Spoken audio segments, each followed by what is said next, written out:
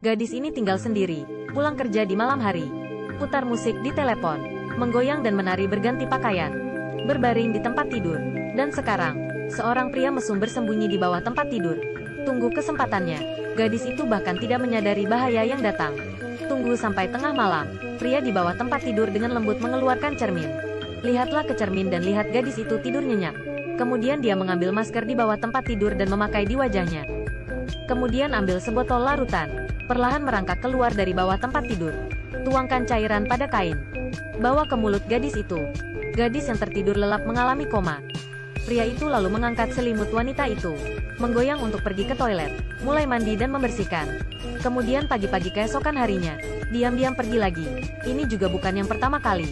Dia pergi ke rumah gadis itu hampir setiap malam. Sembunyikan di depan di bawah tempat tidur. Di tengah malam, dia menyelinap keluar dan membius gadis itu. Orang ini adalah manajer bangunan. Dia adalah orang dengan kepribadian yang sangat aneh. Satu-satunya yang tahu rahasianya, sebagai seorang gadis kecil yang tinggal di sebelah gadis itu. Terkadang, gadis kecil ini akan menggunakan cerita ini untuk mengancamnya. Biarkan dia memberi uang. Bagaimana dengan gadis itu? Setiap pagi katakan selamat pagi kepada pria ini. Rupanya dia tidak tahu tentang itu. Di malam hari, sepasang ibu anak akan datang untuk bergantian dengannya. Dia menulis surat kuning setiap hari. Taruh di kotak surat gadis itu. Dan gadis itu menerima surat pelecehan hampir setiap hari. Pagi-pagi hari ini, pipa air di rumah gadis itu tersumbat. Gadis itu menyuruhnya untuk memperbaikinya di siang hari.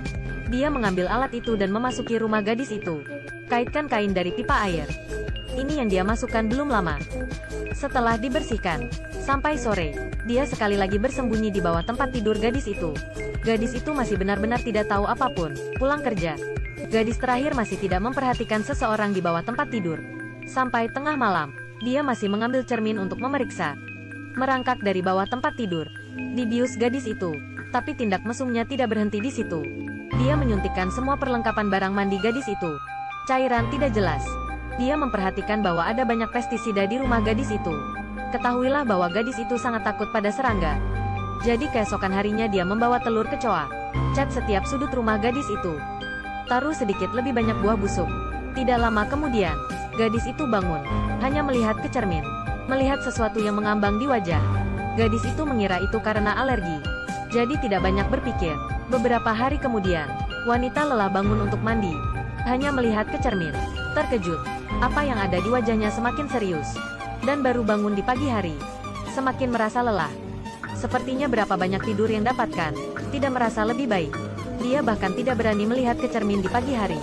Tiba-tiba dia menyadari bahwa gadis itu menatap anak di depannya. Duka memeluk bayi. Bagaimana dengan penjahat ini? Masih bebas di luar hukumnya.